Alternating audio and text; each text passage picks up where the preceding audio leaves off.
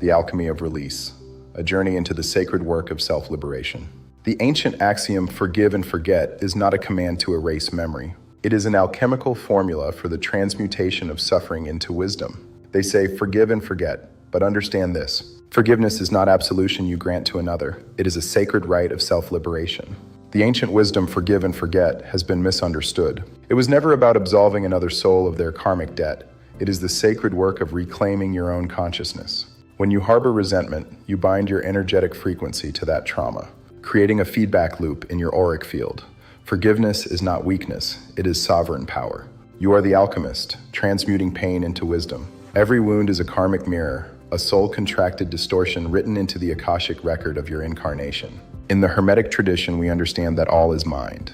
When you hold resentment, you create a thought form, an energetic parasite feeding on your vital force, your prana, your life essence. This is not punishment inflicted by another. It is self-imprisonment within the astral realm of your own making. To forgive is to perform the great work upon yourself.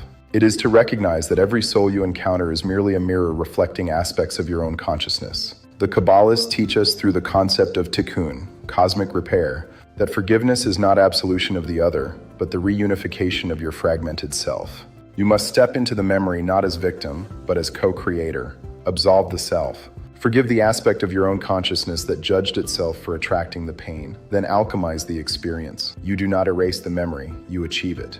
Pack it deep into the subconscious treasury, not as an open wound, but as crystallized wisdom. The lesson is learned, the loop is closed. And what about forgetting? This is not amnesia, but conscious integration. In the Akashic records, nothing is truly forgotten. Instead, experiences are crystallized into wisdom. When you forget, you are engaging in what the mystics call sacred archiving, moving the experience from the active mind into the subconscious library where it becomes a guardian, not a tormentor. True forgetting is not erasure.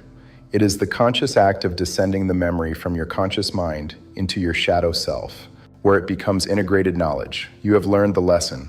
The pattern is now encoded in your spirit's library, not as a wound, but as a sacred scar. When that pattern emerges again, your heightened consciousness recognizes it instantly. Your nervous system vibrates at a higher frequency. You choose differently. This is the real work. Forgive yourself first for the vibrational ignorance that allowed the wound. Then, ceremonially release the perpetrator from your emotional ledger. Your mind becomes a clear vessel. Your spirit, no longer fragmented by unprocessed pain, ascends into its natural state of peace and creative power.